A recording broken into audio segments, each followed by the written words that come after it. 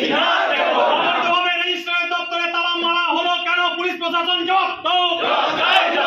অবৈধভাবে রেজিস্ট্রার দপ্তরে তালা মারা হলো, জবাব দাও। অবৈধভাবে ডিসি অফিসে তালা মারা হলো কেন? পুলিশ প্রশাসন জবাব দাও। অবৈধভাবে ডিসি অফিসে তালা মারা হলো কেন? পুলিশ প্রশাসন জবাব দাও।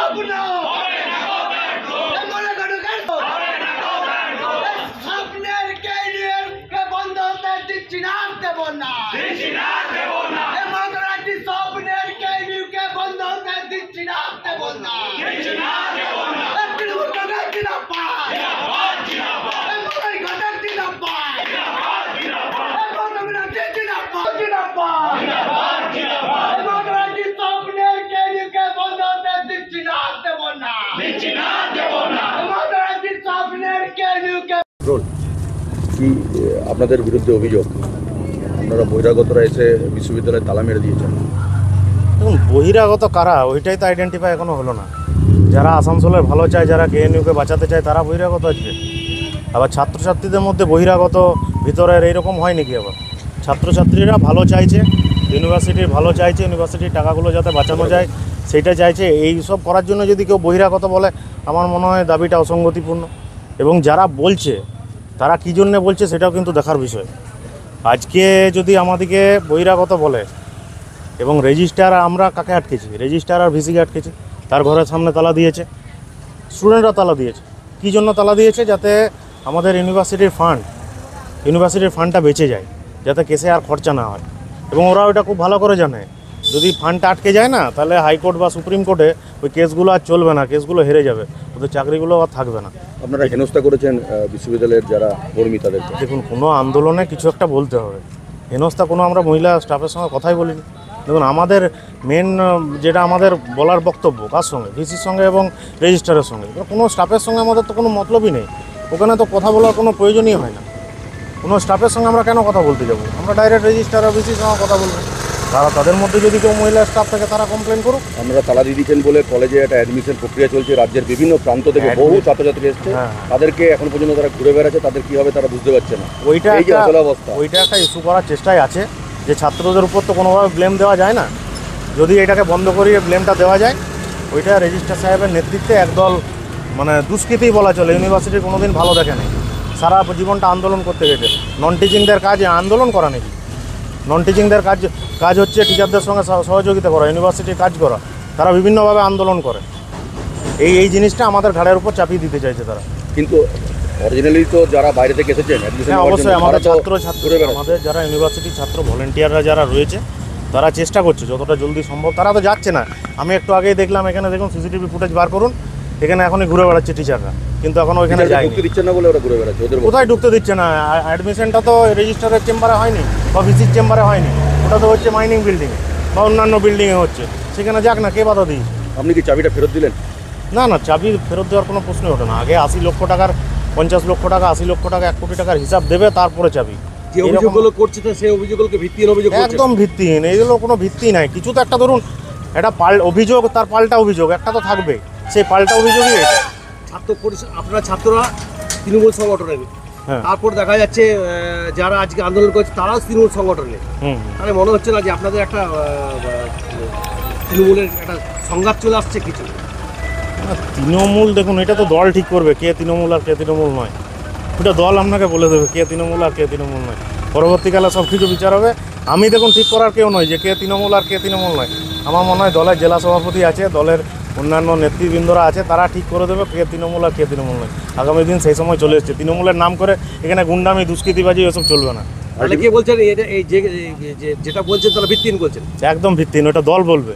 আলটিমেটলি মানে তৃণমূলের দুই গ্রুপ একদমই নয়। আমি কি বললাম, ওটা আগামী দিন দল বলে দেবে কে গ্রুপ আর কে গ্রুপ নয়। মানে একটা গ্রুপ থাকবে, একটা গ্রুপ থাকবে না। থাকবে না নয়। তৃণমূলটা মানে তৃণমূল যে নিজেকে পরিচয় দিচ্ছে, তার জন্য তো তৃণমূল কারা করে? যারা তৃণমূল। এই অচল অবস্থাটা কীভাবে কাটবে? অচল অবস্থাটা অবশ্যই ছাত্ররা ওভারকাম করে নেবে। নাম ছাত্র অভিনব মুখার্জি, জেলা সভাপতি।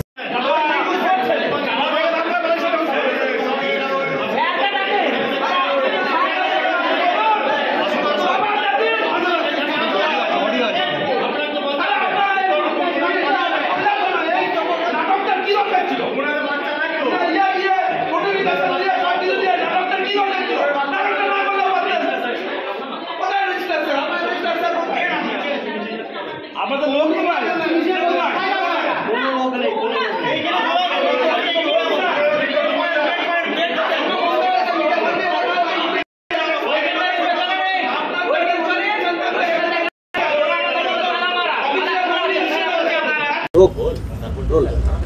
বলছি যে এই তালাটা মারলো কারা?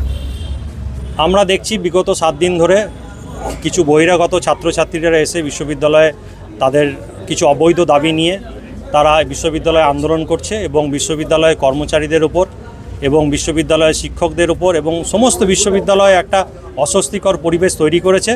আমরা সারা বাংলা তৃণমূল শিক্ষা বন্ধু সমিতির পক্ষ থেকে এর তীব্র প্রতিবাদ জানাচ্ছি, এর নিন্দা করছি।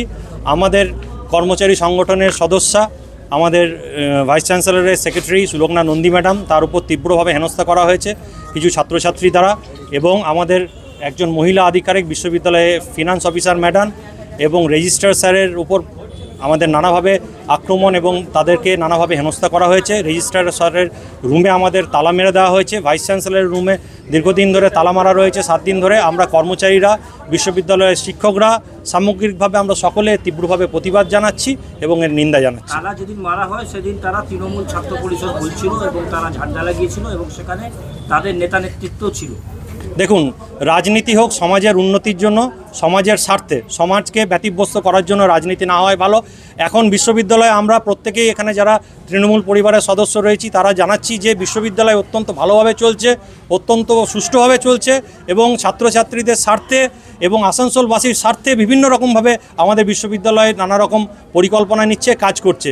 এইরকম একটা পরিস্থিতিতে বিশ্ববিদ্যালয় যখন উন্নয়নের দিকে এগোচ্ছে, অ্যাডমিশনের সময় এসে বিশ্ববিদ্যালয়ে এরকম মানে অস্বাস্থ্যকর পরিবেশ তৈরি করা, এটা কোন ছাত্র পরিষদের মানে কর্মসূচি হতে পারে বলে আমার মনে হয়। আন্দোলন করছে তারাও তো তৃণমূল সমর্থক।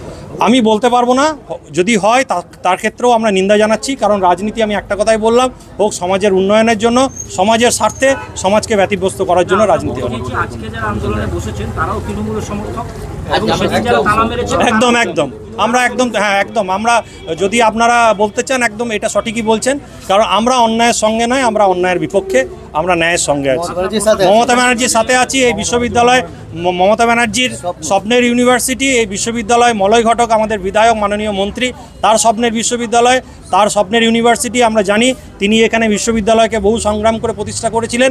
এই বিশ্ববিদ্যালয়ে কিছু ব্যক্তি স্বার্থ, কিছু পার্সোনাল এজেন্ডা কায়েম করার জন্য আমরা বিশ্ববিদ্যালয়কে কালিমালিপ্ত হতে দেবো না। আমরা প্রশাসনকে জানিয়েছি, প্রশাসনকে এখনও কিন্তু আমরা সেইভাবে কোনো সদুত্তর পাইনি। আপনারা চিন্তা করুন না, আপনারা দেখুন ভারতবর্ষের ইতিহাসে এবং পশ্চিমবঙ্গের ইতিহাসে খুঁজলে খুব কমই দেখতে পারবেন যে রেজিস্ট্রারের দপ্তরে তালা মারা, ভাইস চ্যান্সেলরের দপ্তরে তালা মারা 7 দিন 8 দিন হয়ে গেল, দীর্ঘ 7 দিন ধরে। এই জিনিসটা হতে পারে? আমরা বলছি আন্দোলন হোক, আন্দোলনের মতো হোক। তালা মারা কখনো শুনেছেন সরকারি দপ্তরে কোন আইন অনুযায়ী, কোন অধিকার অনুযায়ী তালা মারা হতে পারে? এটা কি করে সম্ভব? How is it possible? এটা কখনো হতে পারে না। আমরা তাই আজকে এর প্রতিবাদে নামতে বাধ্য হয়েছি এবং এই আন্দোলন কর্মসূচি আমরা চালিয়ে যাব যতক্ষণ না এই জিনিসগুলো, এই নোংরামি বন্ধ হচ্ছে বিশ্ববিদ্যালয়ে। দেবাশিস ব্যানার্জি, আমি এখানকার নন টিচিং স্টাফ, সারা বাংলা তৃণমূল শিক্ষা বন্ধু সমিতি জয়েন্ট সেক্রেটারি।